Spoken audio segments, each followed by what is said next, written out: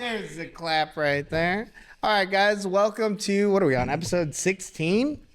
Episode 16 of F.A.W.B. It stands for Forever White Belt, in case you, don't know what it stands for yet, and you're just new to the channel. It's a podcast we try to do every week, going over everything martial arts and our experiences and sharing experiences and what's going on with at our gym, I guess, and just everything. Yeah, we just like to get together and talk and record it and all that fun stuff. So yeah, gonna kick it off with Steven the Answer and kind of just go over how your week's been. We're just getting over Thanksgiving, so we're all nice, big, and plump. Top pressure is amazing right now. Top pressure is on point. Yep. Oh man. So yeah, Steven, how'd Thanksgiving go for you? Well, I don't celebrate Thanksgiving. So it was Great to start off with you then. Yes. Perfect. Yeah. It was fantastic. Stick in the mud. Yes. I got the week off from school though, so that was cool. Yeah. Go ahead. Oh, I said I got the week off from school, so that was nice. But I ended up doing cool. a bunch of schoolwork. I don't know how I missed I thought I was going to have the whole week just kind of to myself, which I would have found something to keep me busy. I ended up coming in here 5 times, which was fantastic. But I did have a fair amount of schoolwork to work on. But yeah, the semester's almost done. I just got a few last little things to do, some finals. Final stretch, man. Yes, I'm excited about that. And then, I did hurt my back on Friday though. But, we're super lucky, blessed. I don't care how you want to phrase it, to have a student here who's a PT. He's a physical therapist. He's got his PhD and shout out to Brian, man. Yeah, it's amazing. So he just took a look at it for me. How handy is that too? I think that's a solid point you put on. We have somebody here that's a medical professional that can help us with some of these aches and pains that we have. It's pretty nice. It's pretty not funny even, too. He's not just a medical professional. He's a medical professional who specializes in exactly the type of medicine, sports medicine, that we find ourselves in need of. If he ever starts charging us, we're all screwed. Oh, 100%. We just have a little tally because almost every class he's in, you'll have somebody off to the side, have them all doing some nice stretches and stuff. We appreciate you, Brian. Yeah, and thank you, Rebecca, Brian. too. Thank you so much. It speaks to the culture that we're cultivating here. You know, 100%. I mean, how can we help? What can I contribute rather than what can I get out of it? And and he told me too. He's like, it's something bad. It's just you overused a certain part of your back. There's, I don't know the details. I'm not an expert in this stuff, but basically told me just to avoid back extension and take it easy, and I should be fine. So, yeah. It's just like in IT. It's just restart your computer. You'll be just fine, right? But good. I mean, I'm assuming that'll probably get better here in the next week or two. We're gonna take it nice and light and ice up. And what was great too is I was able to come in here and still. I was working with Mohammed for most of the. I was just letting him work some stuff, some techniques that he's trying to get better at, and I can just be kind of a big training dummy. Yeah. That's also telling him what he's doing wrong at the same time. So I don't have to always be bringing 100% to be able to help the other guys here. I can just which kind let of them work on their attacks. It's fantastic. It hits on the point of today is proper ways of training. It's kind of like we'll end up going over later on in the podcast, but that right there is another great example of you're not feeling 100%. You're some minor injuries maybe, but you're still coming in here. You're still putting in the work, and we're finding ways to train around those injuries so that you can not only progress, but you're able to actually help some of these guys that aren't as advanced as you progress as well. So it's amazing. I mean, that's the way we should be training and what we're trying to, like I said, cultivate here. Yeah, I'm really trying to make a focus, more of a focus on making the other guy better. And I think that's the right attitude for me to have. Do you feel like you yourself are getting better by keeping that mentality? Does it help motivate you to kind of get in here more consistently because you're trying to help others? Yes, definitely. It definitely goes right in line with the rest of my principles. And then too, the head coach here was telling me that I need to work on my defenses, make that a priority. So I was like, well, I can do both of these things simultaneously. I can work on my defenses. I can let the other guys work on their attacks. And I can also kind of prioritize, decide ask them, what do you want to work on? What is it you're trying to develop? And then let that be the direction that we're going in. And I think it does all three of those things. Yeah, that's awesome, man. I mean, we appreciate having you around. I'm sure Mohammed today really appreciated the extra attention too, you know. Sometimes it's difficult when you're the new guy or one of the new guys coming in. You're still, you know, I think he's only about 4 or 5 months in of training. And at that level, I mean, you're always kind of still lost. You're getting beat. You're getting tapped a lot still. So to have one of the upper belts kind of slow down for whatever reason, kind of take you under their wing and help you out, I'm sure that's really appreciated. Shout out to Mohammed too. He's come a long way, man. From when he first came in, he came in with a group of 3, I believe, and he's the last one standing, man. Yes. Way to go, buddy. How about you, Joe? How was your week? My week was good, man. I went to Seaside. And Love Seaside, by the way. Yes. So fun over there. So I got to like hang out with the in-laws, Tessa's sister and her sister's husband and her mom. How'd that go? It went really well, actually. You know, Was this have you met them before, or is this kind of like a? I met her mom a few times, and I know her mom Oh, okay, that's like cool. fairly well. And it was the second time meeting the husband and the first time meeting the sister. Ooh. And so, you know, it was just one of those things. Did you ask him the role? You're like, what's up, man? Do you do jujitsu or anything? That's almost so listen, immediately when you meet hey, do you do jujitsu or something? What's up? Yeah. Well, he's a cop. He's a cop, so he has some hand to hand. You would hope so. Yeah. But, you know. And my original thought was like to take him to the mat and just murder him. Yeah. Because that's what we do. Yeah, you know yeah, what I mean? yeah. Like it's not like it's like peeing on somebody. Dominance. Dominance. But, it's the same thing. But he didn't want to. He didn't want to go to the mat, and that was fine. I thought about it. And Do you tell him, hey man, I used to have some felonies under my belt. Come on. I thought about it, man, and I was like, how much of this is actually bullying? You know, like so. To what point? Like, what spiritual principle is bullying? You know what I'm saying? So, you know, and I also thought, like, if I was, you know, a guy that's kind of later in my career and I was a little older, you know, I probably wouldn't want to spend the time that I would be out with my Hanging family around. to go hang out in a jiu-jitsu gym where Some everyone guy can kill just me. this big old monster dude I just met. Oh yeah, I'll go roll with you. Sure. Yeah, I thought this was Thanksgiving, but man. What's happening here? But the dude was totally cool.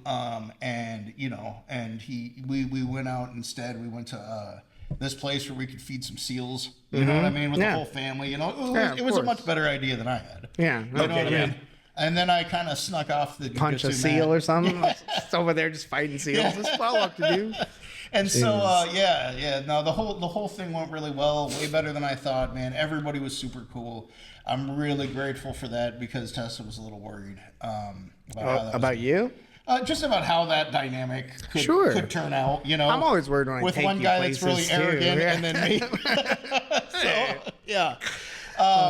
And then, you know, things went really well there. We had Thanksgiving dinner at the place. I got to, shout out to Adams Bros Jiu-Jitsu over in Seaside. What's up, Adam Bros Jiu-Jitsu? Yeah. Adamson. Is that the name? Adamson. Yeah. Adamson Brothers Jiu-Jitsu. Yeah. Brothers Okay. Jiu-Jitsu. I heard they have a lot of top-notch students over there.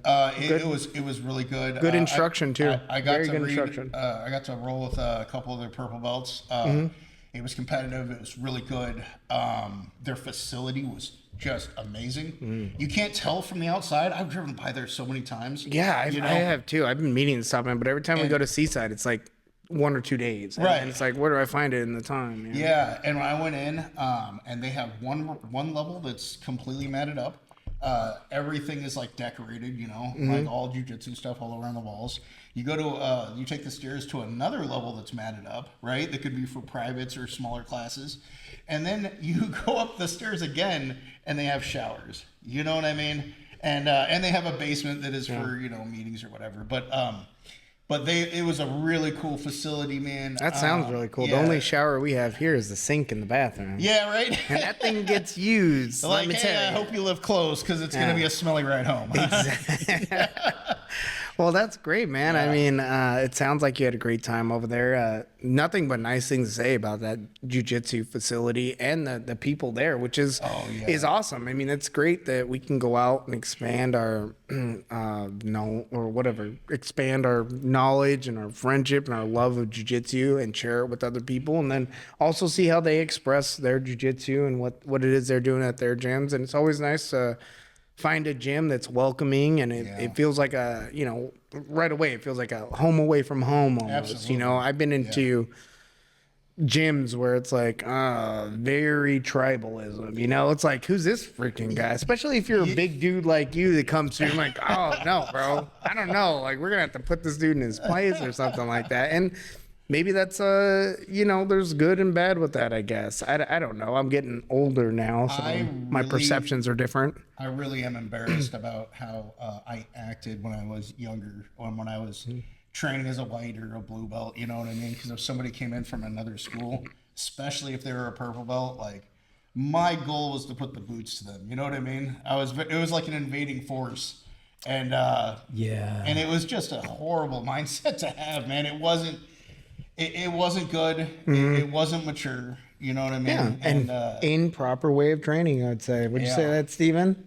Yeah, I experienced something similar when I was training down in California at the MMA gym. But what we had is we had a judo brown belt come in. Yeah. And then we had I think it was around the same time, maybe a few weeks later, some Japanese jiu-jitsu black belts come in. Yeah. And I felt like I needed to show the superiority of the ground game of Brazilian jiu-jitsu.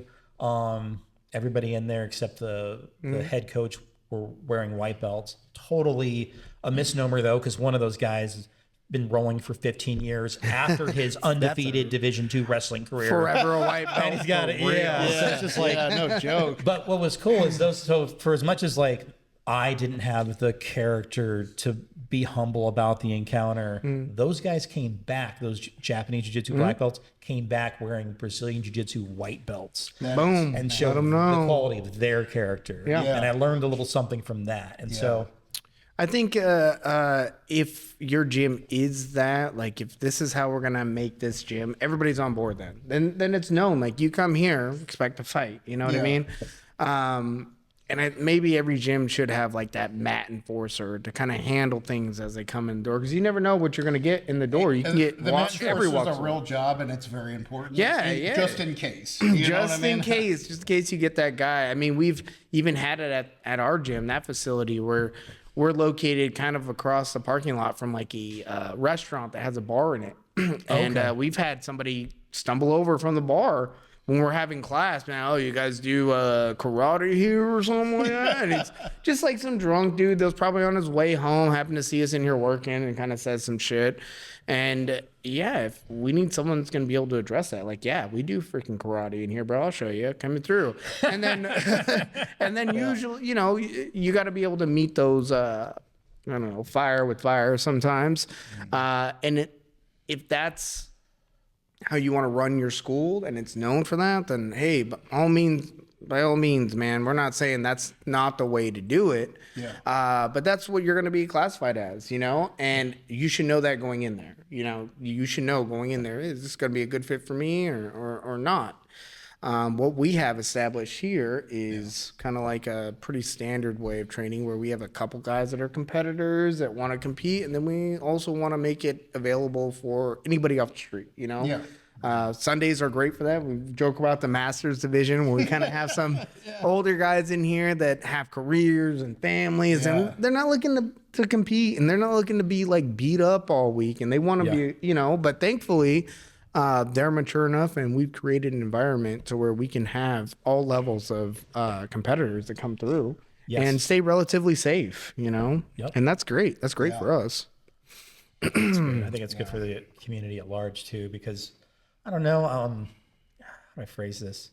I used to live in some pretty rough towns, right? And I got a few friends that are from California as well, and they refer to this as Lollipop Washington. And I love that about Vancouver. Is a nice, soft place to live. I remember when I first came up here, my sister was driving me through some neighborhoods. She's like, watch out, Steven. This is kind of a bad neighborhood. I'm like, Brandy, there's fresh paint on the houses. Great. Yeah. What are you talking about? I haven't heard a single gunshot all day. Yeah. And so like we can be competitive and we could like show up to events, but I don't think we need to have any kind of a ambient culture that's too aggressive. I don't think it's necessary. I think we could be like really friendly, and families in here. We got kids in here reading books while their parents are rolling. Yeah. Like I like that environment, and I think it's reflective of the community at large. Yeah. I agree. Yeah, that's also the environment that I'd rather be a part of. But I also, I don't know if it's a thing, if it's a maturity or an age thing. Because when I was younger too, that's what I wanted to be. I wanted to be in that gym where it was like dog eat dog, and you're competing, and everybody's like in a bad mood almost. Nobody I knows felt what soft sparring is. comfortable. Yeah, I felt comfortable in that environment. Yeah. But also now at 36, I'm pretty freaking beat up. Yeah. And in terms of MMA or the fighting career I thought I'd have, I probably left a lot of it in the gym. Yeah. So there is that as well. You got to find that nice balance to where you can progress and train correctly without getting too many injuries and whatnot. Well, I think you said it best. I think we have room for all of that. I mean, I was in here on Friday and I was cleaning blood off the mats. It's like, But I mean, you only have one brain, right? Yeah. Like that's like really a finite resource. I mean, guys have two, right? That's what I've I was gonna say, like my history would suggest that I've got two. True. One's not very competent. Yeah. I got one of mine is that hard R, you know what I mean? That's why I'm wearing glasses today. Yeah, It's for my autism. Yeah.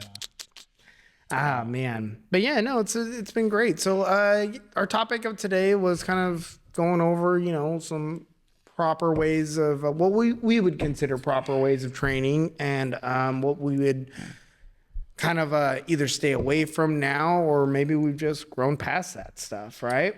So here's something. What if we all talked about like a huge mistake that we've made, like while training, right? Yeah, sure. So for instance, when I talk about like a mistake in training, there was kind of a mistake from both sides, right? So there was me and we were both pretty new blue belts, me and Slav. And we used to have some pretty decent wars, you know what I mean? Yeah, for sure. And Slav is a really explosive wrestler, real good at jiu-jitsu. Great hips. Great hips. What I always tell him. You have great hips, bro. He had this really bad defense to leg locks. And what he used to do is he used to just spin as hard as he could, right? And if you're training with him, you let go because you're his training partner. You're not trying to break anything, right? And so he developed this really bad habit of just spinning, right? And thinking that like that's a legitimate. This'll work. Yeah, that's a works every legitimate time. defense. And one day I grabbed a heel hook. No. It was a toe hold. I grabbed a toe hold on him, and he spun out, and I held on. You know what I mean? And those two things happen. And Now he only has 9 toes. And I realized that the reason that I was holding on to that was because I wanted the tap, right? I wanted to tap him, and it was important to me that I got the tap. And instead of just being a good training partner and letting that go. In some ways, I feel like maybe you were being a good training partner on the flip end, because now you're kind of showing them, hey, this is actually a bad habit. And if that's never if that's never explained, or if that's never exploited, Right. It's better it gets exploited, in here than it does somewhere where it really counts. Unfortunately, sometimes some of those when you exploit somebody's weakness like that or someone's bad habit, they can get injured. Yeah. And that's not what we're looking to do, but again, it's that balance, man. Well, regardless of who was in the right or who wasn't, like when you heard a training partner, it definitely like makes you feel like a big piece of shit. Oh, Yeah. You know what I mean? 100%, Like I didn't walk away from that feeling like I got him. I taught him a lesson. No, I walked away from that being like, oh man, it's the I'm worst a piece too of when like garbage, you don't see him come back for like a week or two, and you're like, oh, bro, like, 'cause, I mean, put him out. That didn't happen to Slav, but he was kickboxing the next day. Of course, dude. that's Slav, a little good. beast. That was back in the day when he was training all the time. He didn't have a job, and he was here. He lived on the mat. Yeah, every bit as much as I did, and maybe even a little more because he's like 15 years younger, Yeah, 20 years younger or something. Speaking of Slav, he goes by his fight name, or the name Kim Slav ain't nothing yet. And if you'd like to see his match, it just dropped on the Street Beef Scrapyard YouTube channel. Check it out. Slav ain't nothing yet. He had a amazing first MMA match. Yeah. It's his first match ever. He handled it well. Like many people that have been through their first ever experience like that, where Slav's never been in like a real fight since he was like maybe in middle school or whatever. But as an adult, he's never been in a fight. So what I always tell people is when the intention, when your attacker's intention is coming at you with like he's trying to hurt you, it's a different speed than when we are just training. You know, he's not going to pull off. He's not going to pull off on some of those things. He's going to come at you full force, and it takes an adjustment period to handle that pressure, you know, and Slav handled it well. Like he admitted when the guy came full force at him, he was kind of expecting him to kind of like dance around and they're going to settle into it and maybe do some exchanges. That guy came straight at him, and Slav had to learn like split second, like what can I do? And, you know, thankfully he's trained for a while now. It just was instinctual, you know, everything started to become instinctual. His positioning, he felt the leverage, he was able to get the takedown and then, you know, handle him on the ground. And that's amazing, you know, things were happening in that moment that his brain couldn't keep up with the pace of what it was going, but his body knew what to do. Yeah. And that's, you know, you can, give kudos to your training for that. Absolutely. So if you're training correctly, that's kind of how it goes, though. Your body just takes over naturally, and you don't have time to think about those, like the technique you're going to do, or even proper techniques. So you don't really have time for that. Yeah. So you got to be training properly so you can, handle that kind of pressure when it's presented to you. Yeah, good stuff though, man. Shoot, I can't wait till Mighty Matt's video comes out. He's gonna have another. Yeah, it's his second match, and that'll be coming out soon too. Good. He did amazing. He did a boxing match, and Mighty Matt's a kickboxer, so yeah, he did well in his boxing match. That was really solid. Nice. Some good stuff coming out here.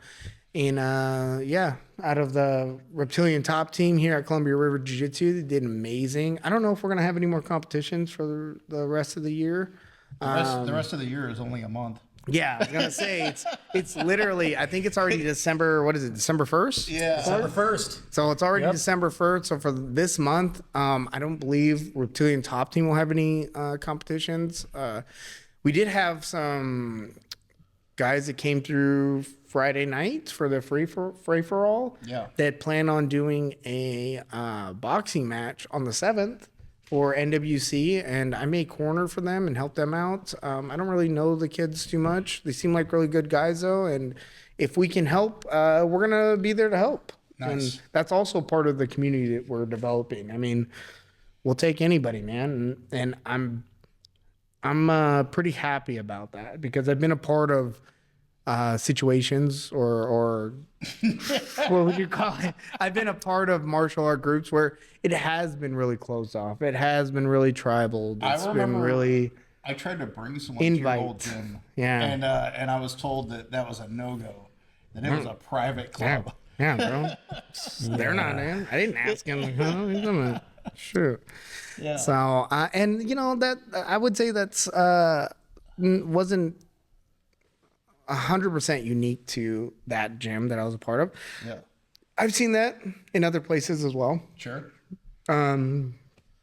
We have students here that talk about their past experiences, and they've been a part of those tribes where they're very, I don't know, what's the word I'm looking for? Rigid? Rigid. Thank you, sir. Yeah. And they're very closed off to people. And usually that's an ego thing. And that's like, you need to go out there and get tested by different body types, different experience levels. And I feel since, we developed this and we've opened our doors to everybody, it's really enhanced even my skill set to where I can train with different body types, skill levels, experiences. And when it comes to martial arts, once you give them the blueprint on how to do the technique becomes their own. And then their creativity is what makes it kind of like unique to them. You know, they start becoming martial artists in their own, and then they find places for that technique. So it's been amazing. Everybody has different levels of creativity, different levels of skill, and even hell, flexibility, speed, power, all that stuff. Yes. So you tend to get a lot of variety when you come through here, and I'm really proud of that. I mean, shoot, man, what was it? Last Wednesday we had 19 people in here. 19. Jeez. Absolutely, yes. That's crazy. And place before is that, it was full at 17. 19. The week before, we had 17. So not too bad for our little gym that we got going on here. Yeah. So we're really proud of that. Yeah. You need a it's bigger good mat. stuff. We are going to need some more mats. We're going to eventually get to that, though. Yeah. Everything's due process, man. Sure. Shoot. Look at even this podcast and how far we've come. I was speaking with Mike today about it. Yeah. I feel like if it gets too much, man, we just break down a couple of boxes, throw them out front. You can roll out front. Yeah, old school. Yeah. Especially for the advanced guys. It's like, hey guys, now we're gonna take this to the streets. To the streets. Yeah, the next level up. We're gonna be grappling in the gravel out there. Right. Yeah, it's for the extreme, I real life still scenarios. think we should, if the minute somebody signs up and they become a member, we start attacking them randomly in the parking lot. Well, yeah. Let's see how good your jiu-jitsu We got is. some big stuff coming for 2025, dude. Like this is the foundation year. You know what I mean? The first year of the gym, we're just kind of getting things in order, and then wait till the ninja stuff starts happening. Wait till we're following you home and stuff. I see the Real rate here for monthly situational membership. awareness. What's this ninja add-on? What's that about? The ninja membership. Yeah. We just automatically just swipe at them. Don't talk about it. Don't talk about roll one. Don't talk about it. Oh man. Yeah. Oh, we're gonna have so much fun though in 2025, man. It's gonna be. It's a blast. crazy. It's yeah. gonna be a blast. Yeah, and I love how we're growing and the new faces we're getting in here. I mean, you got to roll with Tony today, right? Did you get some? And you've rolled with him now a few times. Tony. Yeah, Tony. Yeah, maybe I don't know, at least a half dozen times. Yeah, and he's someone that I trained with probably like 2-3 years prior to me even coming here. Yeah. So real solid dude. I'm glad that he's with us now. I'm really glad that Tony's here too. Yeah. He's an older guy too, experienced. I don't know if you met Slav yet. Have you met Slav? All right, so he's another guy, experienced, kind of younger. I think he's around my age, though. He's not quite as old as Tony, but some more, tough competitors that are coming through that are going to really add to our gym. So Yeah. appreciate having them around. Absolutely. Oh man, Yeah. Oof. But What a day. So what about you? What is a mistake that you have made during training? Well, I think that you kind of touched on this, but maybe to expand on it further, I think the number one biggest mistake that I have made is that I got too focused on the ends, not the means, which is to say, I would roll with guys and I'd want to win. Yep. And especially if there was someone that I like. I used to bring one of my friends. He's like my biggest homie. I was saying, back we've in the spoken day. about And this. every day we train, my goal was just to smash him out. Right. That guy is listening right now, and I am going. He's like, back to, I knew it. Yes. I had a feeling. Ryan, if you're hearing this, I owe you an amends. Yes. Yes, Ryan. And But thank I don't you. think that was necessarily great for. I mean, I got really, and he had a very specific body type, right? He's 6'2", 290. So I had a specific way that I like to beat him, and I got really good at that one thing. And to the detriment of other skills. Sure. And I looked back at some of the time I spent on the mats. I feel like I could have spent it better if I had been willing to expose myself to bad positions, if I had been willing to practice techniques that I wasn't really good at. And I did to a certain extent. I learned how to do all these different techniques. But when push came to shove, if you put the pressure on me, I went back to the same thing. And I'm just now getting into a place where I feel comfortable doing other stuff. And part of it has been this change in philosophy where I'm coming in here and I don't care about winning. I'm trying to help the other guy learn. That was just transformative for me to kind of reframe things in my mind. And I think that I think it behooves us as students, right? Because that's what we all are, right? We're students of this. I mean, you're a coach, but there's got to be white times belt, too, where you're assuming that student Always role. a student. Yeah, no, it's good, right? And so if you are a student, then the emphasis, the priority needs to be on learning.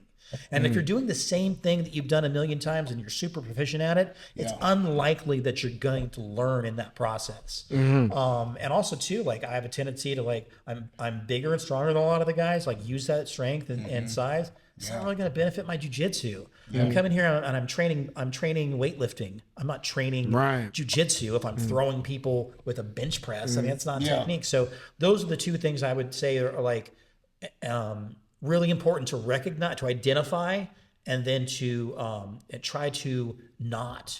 I mean, try to make sure that I'm coming in here that other people are learning when they roll with me, and that I am learning jujitsu, not practicing winning or being strong. And I really think that is a learning curve to be able to have that philosophy, though, because it requires you to have less ego. Like I said, you have to require yourself to be willing to go into those bad situations, knowing like, hey, I may not make it out of this. I may just have to tap, and that can be an ego thing for some people.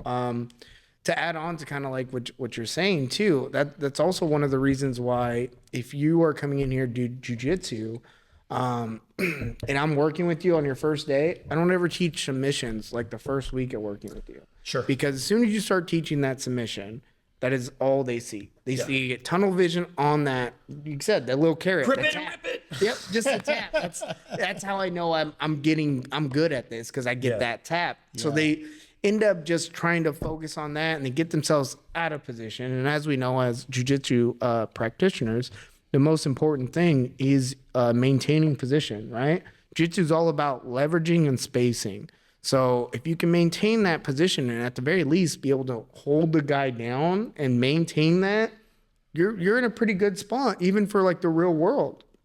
But as soon as you start teaching these submissions, these guys are like, start throwing themselves out of positions or trying to really risk everything for this. And then they really stunt their growth. Yeah. And which is, I think, why it's a little easier for wrestlers sometimes to come in here and they already know the basic. They already have that base. They have, but they also already have a position emphasized philosophy. The position is everything. They do not like the back. They do not want to be on the back. Where wrestlers kind of get hung up on sometimes is the slowing of them down. Like, that explosion, you can actually fall into a trap by exploding like that, or making too big of movements like that. So they end up getting caught sometimes by a pretty good jiu-jitsu practitioner, because you can really use those micro movements really well. At least at the lower levels. I'm sure, if you're a D1 wrestler, higher level wrestling is a little different because they can just push the pace until you become paced. And then they start grabbing steel chairs and freaking ladders and all that stuff, WWE style. That's the real pros. But that's a great philosophy that you developed over time. And again, that's just, your growth in martial arts. And that's awesome. I had help. That's great progression. Actually, I think Joe is a big part of like helping me develop that attitude. Yeah, absolutely. It's because I had to develop it. It's like part of just that progression is that ego, getting over losing that ego, and then like, okay, I gotta work on some of this shit, because it's easy to hide that, right? It's easy to hide those flaws. It's easy to hide where you're weak at if you're so dominant with the guys that come in here. I can just work on my strengths all day. I don't ever have to put myself in bad positions. And why would I? Who's going to come in the door and put me in that bad position? Well, then all of a sudden you're in it and you're like, oh shit, now I'm back to being a white belt. I really think that like, especially if you come in and you have a size and strength advantage, like I came in at 310 pounds, you know what I mean? And I was strong, you know what I mean? I was stronger than anybody else that was on the mat, for sure. There's like 90,000 people on the planet. Yeah. Maybe. Who are as strong as you. Right. Yeah. And some of them are probably on steroids. I would hope so. I would hope so. Most of them are on steroids. But the, and I had to learn, like, hey, like, why don't you like practice on your back? So for 3 years, man, I started from my back. Yeah. And to get it wasn't just because you were playing lazy man jiu-jitsu. I had to play lazy man. I had to play lazy man jiu-jitsu so that I would develop. You know what I mean? Yeah. Because using like speed and strength and stuff like that, I would get tired. I would get a good workout in, but I couldn't tell you like when I was operating like that what move I was going to use or what happened to me, or you know what I mean. I just knew that I was grinding. You know, I knew that I was just using a lot of energy. And Mike Saito, he was really, you know, he's like, hey man, like if you want to get good at this shit, you're gonna have to put your strength away. You have to put your strength away. And so, so I practiced, man. I practiced like trying to roll without like even now, like it's almost developed a bad habit. If I'm rolling with somebody that's like as like strong as me, you know, and there's ever a strength competition, I always give up the strength. I always give it up, you know, because it's like been ingrained, you know. Yeah. So you got to know what mode to go into. It's not good for competition. You know what I mean? When it's competition, it's more like a sprint. But like, yeah, it's just different, man. But if you want to develop, you know what I mean? Put the strength away. Yeah. Would you say that it's beneficial to have those competitive rounds, even if you don't plan on competing, just to like throw it out with somebody else who's similar to you in ability? Yes. Okay. Yes. I think so. Like when Kellen came in on Wednesday, we had like a flow roll, and then we had kind of like a little bit, you know, more energetic and dynamic roll, and then we just had like a full on like go for it. And I'm like, well, he's like, we're really similar in skill level. Kellen is a seasoned blue belt, and he's good. Yeah, he's good. He's good, man. You know, and he's a good so roller. athletic, so smart. He's got a lot of heart. He's he's good. He's good for that. Yeah. Well, that's good. Yeah. Have I spoken to you about the 3 training partners philosophy? No. So I was told early on that I want to have 3 training partners, right? You want to have somebody that's not as experienced as you, not as good. And with that training partner, you'd work a lot of like your higher risk attacks. Just when it comes to jiu-jitsu, like your flow, your positioning, kind of go for those things you wouldn't go for against, like in competition, things that you're working on. So those chaining together, those attacks are something I'd use like on someone that's new. While they're developing, what the other training partner would be is someone that's a lot more advanced than you. And with that training partner, you really develop like your defense. You really kind of go into that and learn how to protect yourself against somebody that knows how to string together attacks and knows how to position you and whatnot. And you work those escapes and everything. And then as your third training partner, you'd want to have someone that's almost right at your level, a rival. It's going to keep you honest and keep you pushing. And you guys are just doing this to each other. Yes. Now, from a coaching position, you're supposed to be all 3 of those for your student. So at some point as a coach, you are putting yourself as that. You're allowing your student to work his offense. You're allowing your student to work his defense. And then sometimes you want to be just there to where you can really push your student, but you don't want to destroy them. Yeah. You know, that's what I was always kind of like told what you're looking for when it comes to training partners. Like that. And when you can get that, when you come to a gym, you're going to find a variety of those. No matter who comes in the gym, they may fall into one of those categories, you know? Sure. So, and you're going to have your favorites and whatnot, especially when it comes to that rivalry. Because you're like, dang, man, me and this guy are going back and forth. And it ends up becoming like, I love training with this guy because he's always making me better. Yeah. But it's not the person you always want to train with either. Yeah. You know, because as you guys start doing that and that, you start to, like everybody, you'll develop bad habits. You're like, I know this works on him. Yes. I know how to get him. You know, you start to train somebody long enough, you start to know where their strengths are, where their weaknesses are, start to figure out that puzzle. So you want to train with everybody and try to find those levels and then find where you place when you're training with that person. You know, if I'm going in there and I'm tapping you out, 5 times in 5 minutes, I'm probably the next time we're going to roll, I'm not going to tap you out at all. I'm going to let you work and I'm going to work my defense. I'm going to work my escapes, my sweeps, all that stuff. Yeah. So that I can develop on those other areas. So just something to kind of, put in there. It is nice to have somebody that that can make things competitive. Mm-hmm. I like sparring with you, but I know that if I get too amped up, the exchanges aren't going to be in my favor. I would hope not. For now, anyway. That's some of the guys that come through. Yeah, for now. Yeah, You know, for give them another 6 months to a year. Then it's like, oh man, remember what I used to do to you? Yeah. Yeah. But yeah, no, we always got to have that, and that's a part of the reason too of being in that position where you're trying to coach people. Is you should be able to handle things that come through the door, or at least give that someone that's coming through the door.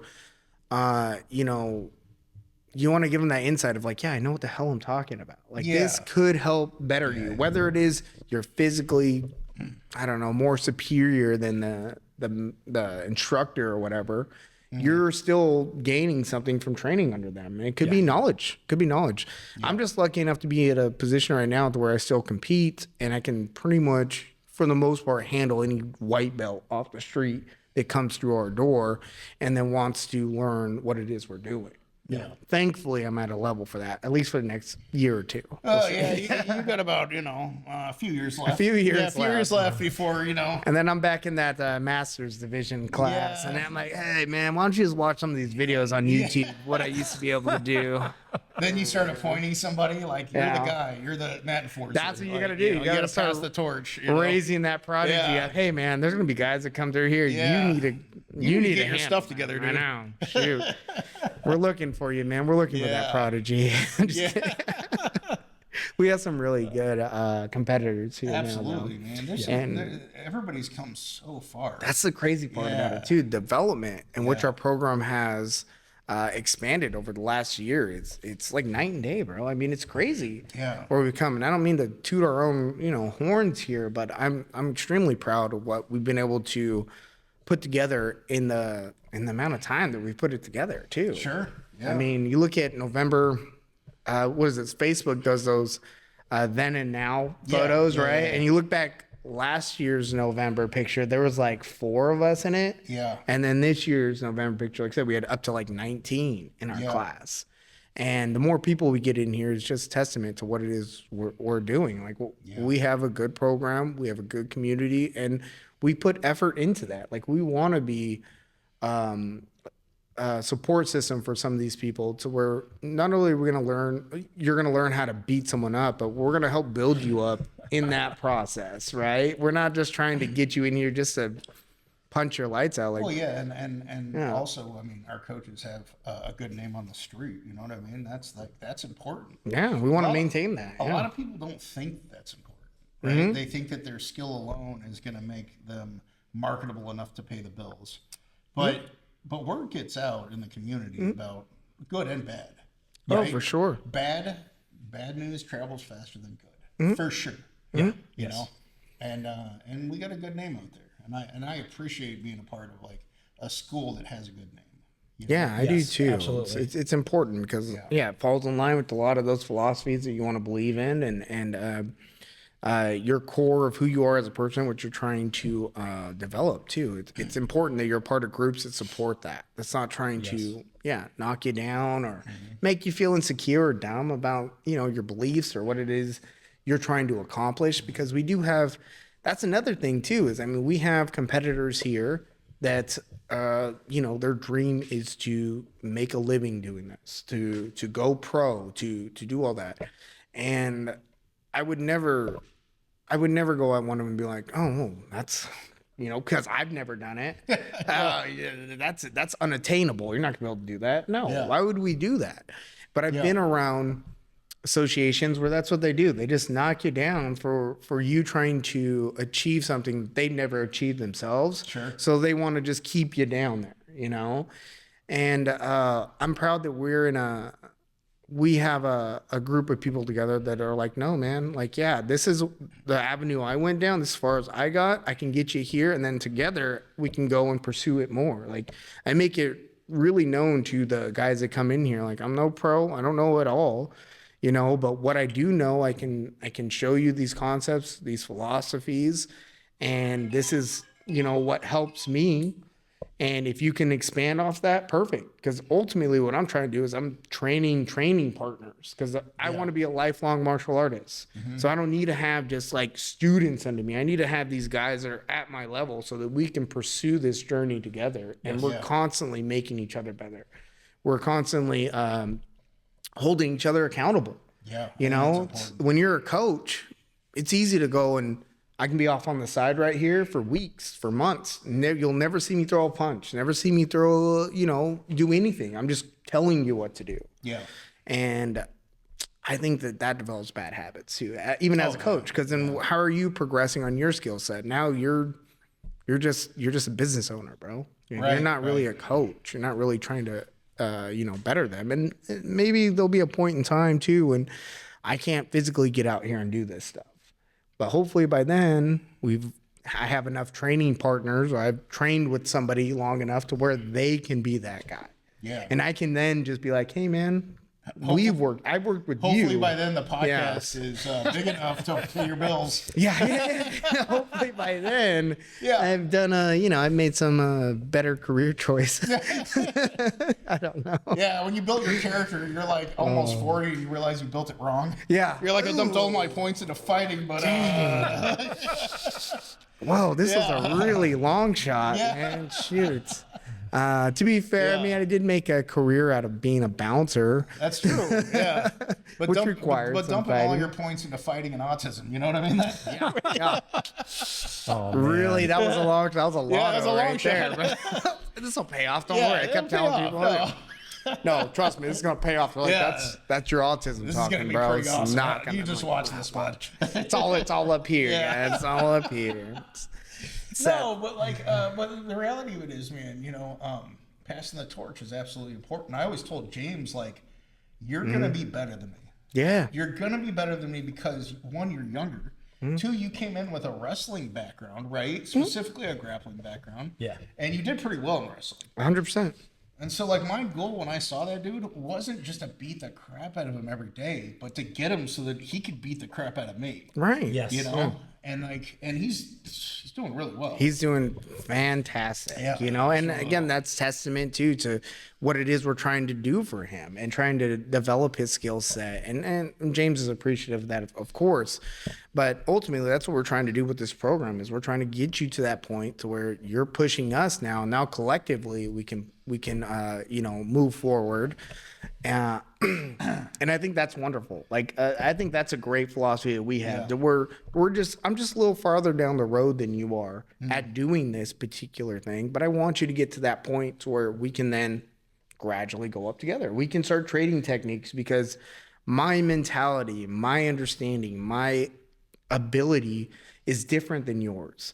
So you may be able to look at a technique and find creative ways of getting to that end point that I haven't thought of, so we need to have like those, we used to call it like black belt training, where you'd get together with other black belts and you guys would kind of dissect techniques or find where do you use this technique, and just to clarify right now what a black belt is, or what my understanding of what a black belt is just a mastery of the fundamentals. That's it. The whole time you're the white, blue, purple, brown, all that's just mastering of the fundamentals. Okay. When you have those mastery of the fundamentals, and then you're considered a black belt. That's when your actual journey starts. And what are you going to do with these tools that you developed? Jiu-jitsu is pretty unique in that because I feel like you can really develop all those tools by the time you're a purple belt.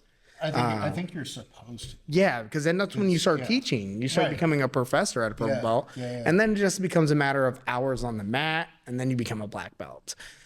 Usually by the time you're a black belt, it's like, oh, I've been rolling for 10 years. Well, I mean, because if we're really going to like crunch the numbers and I was going to explain to somebody why a purple belt matters in jiu-jitsu, I would be like, okay, listen, I could earn 3 karate black belts in the time that it takes to become a purple belt, or certain kinds of karate. Not all, for sure. Not yours, but like definitely like. Well, that's because I don't hand out belts anymore. Yeah, but like for the basic like strip mall karate or the taekwondo, right?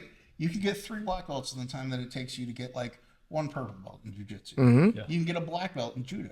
You could actually get a black belt in anything else, depending on the time that it takes to get a purple belt. Roughly, yeah. And so that should be. Yeah. That is kind of like the black belt. Like I said, the fundamentals, understanding of fundamentals is by purple belt for sure. Yeah. And so it's it's one of those things where it's like, okay, so we just kind of like had an inflation, of rank, and while the black belt in jiu-jitsu is the most prestigious belt, like, I mean, it gets really weird when you have, because there's also your body, right? Your body starts to break down at a certain age. So by the time you get a black belt, you could be so decrepit that your knowledge is way up here, but like your body and your ability is way down here now. Yeah. And that really does happen. And then, you have like Hopefully you made a name for yourself, a purple belt. and then you have like 5 years ago. a really super crazy autistic blue belt that like trains like night and day, you know what I mean? They're young on roids, and like that dude might be able to Gonna murder be a problem. that. Yeah, he might be able to murder that black belt, Like he might And it be- happens. Yeah, it happens. Like, the belt doesn't save your ass. No, It covers 2 inches of it. Yeah, That's it. sure That's does. it. You got to cover the rest. Yeah. That's it, man. So don't get so hung up on those belts. I know a lot of people like to belt chase, but I feel like that too. Like we've spoken about that, where it's kind of like just an ego thing. Sure. I'm this. Well, what does that matter? Is that gonna save you? Yeah. Probably not. Not just from at face value. Anyways, not from a real attacker. Someone's like, I don't give a shit. Yeah. They're just gonna come at you, and they don't care what you are, and they may afterwards. If you're able to prove it, like, I can handle you just fine. Yeah. But yeah, man, that is Like I said, there's a coach down there where I trained in California. When I left him, you know what I mean? He had 16 years of training consistently in jiu-jitsu after an undefeated Division II wrestling career. Yeah. He could bench 4, squat 5, and deadlift 6 or 7, 100 pounds. Yeah. Good luck. He's a white belt. He's wearing a white belt. Yeah, he's gonna murder most people. Like, Good there's luck. a very small percentage of people that are gonna be able to handle that dude. I mean, I don't. Maybe. Yeah. Because like he told me about his first visit to jiu-jitsu gym. Yeah. He went in there and he tapped out their black belt professor. Sure. Yeah. So basically a bear hug. Yeah. Bear hug. wouldn't doubt it. And Yeah. popped a dude. I mean, like, yeah. And then he said that the rest of the school, like, they just shark tanked him until he was exhausted, couldn't lift his arms, and then he fell in love with jiu-jitsu and he kept training it. Yeah. numbers will get anybody. Yeah, true. Yeah. Yeah, for sure. Yeah. That's why we're trying to grow our group too. Yeah, right? Numbers matter. Shout out to Brad Tubbs. He's What's up, Brad? Yeah, how you doing, Hey, Brad? man, we're gonna have to get that big old boy in here too. That'd be awesome. You ever see those 6 foot tall river otters? So river otters are actually really nasty creatures. They're like they rape. Yeah, they're weasels. Did you know about that? They're River related to otters? like Yeah. wolverines and badgers Yeah. and shit. You know what I mean? And when they pull together, they'll start to lure jaguars into the water so they could tear them to pieces. what? Yeah, no, they're nasty. Like these otters, these cute little otters that you see in the zoo and stuff. They're breaking apart shells. You're like, oh my god, they have little hands. Stop you know it what I mean? to the Columbia River Jiu-Jitsu river otters. Yeah, the please. river.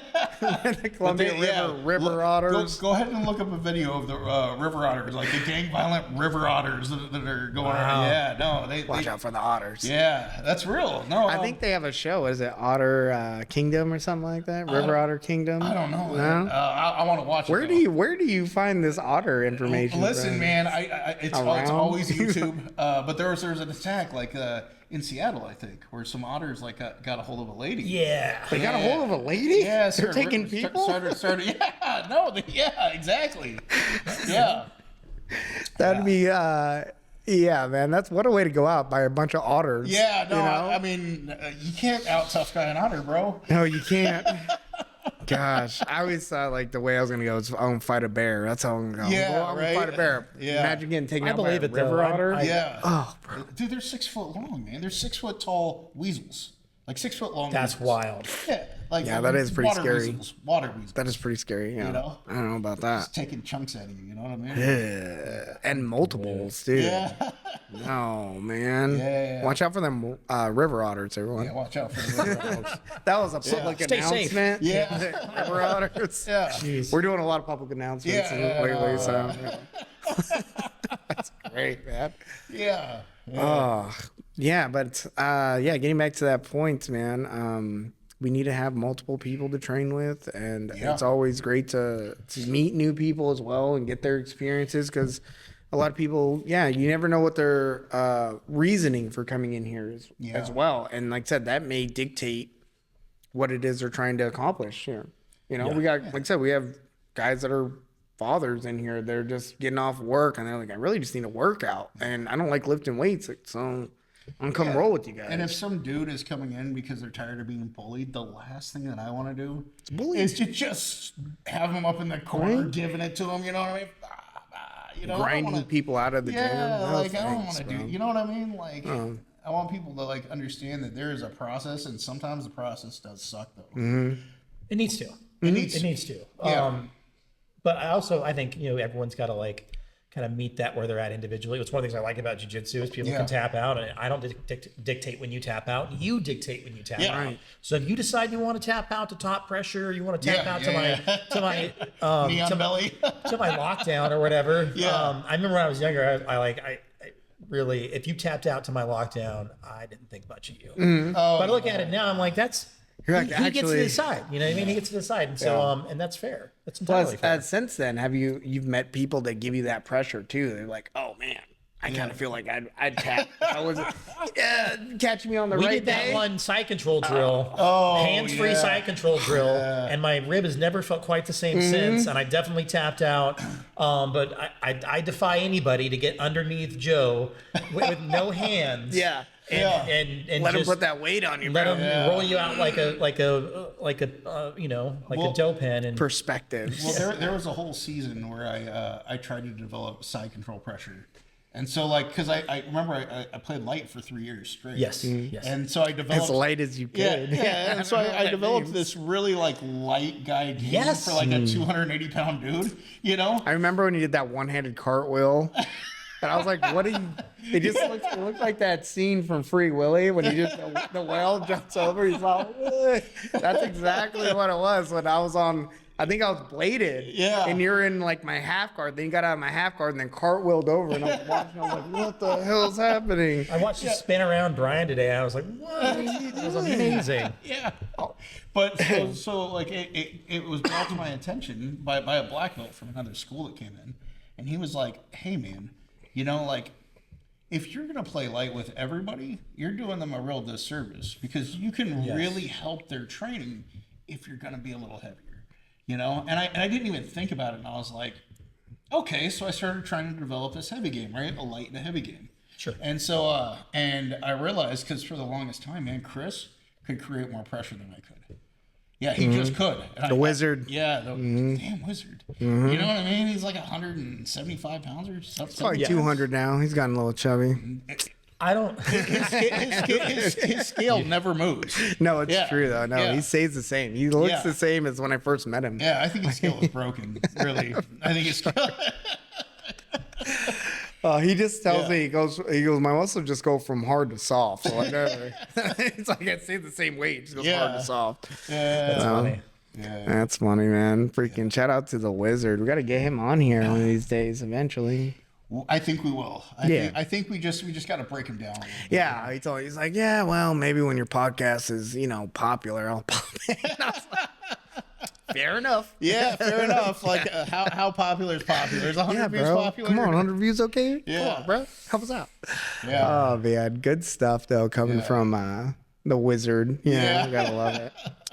Anyways, guys, getting to that time where we're going to have to say goodbye. Few up and coming things though. Steven, you got anything for us? Up and coming? Finals. Finals. Well, Finals. I'll let you know how it all works out. It's going to be a few weeks. I can't wait. Yeah. I might paint the walls with my brains after this. Okay. Hey, well, we may need another co-host soon. We do have a qualification. You do have to look similar to this. You have to go by. Your name has to be Joe. You got to look like a buffalo, and we'll get you on. Yeah, man. It's open to anyone. We're like that here. This is my last accounting class, and I'm very excited. I am probably more excited about ending accounting than I will be for graduation. I'm positive. That's awesome. That's awesome, man. I can't wait till you're done too, because I'm tired of hearing about it.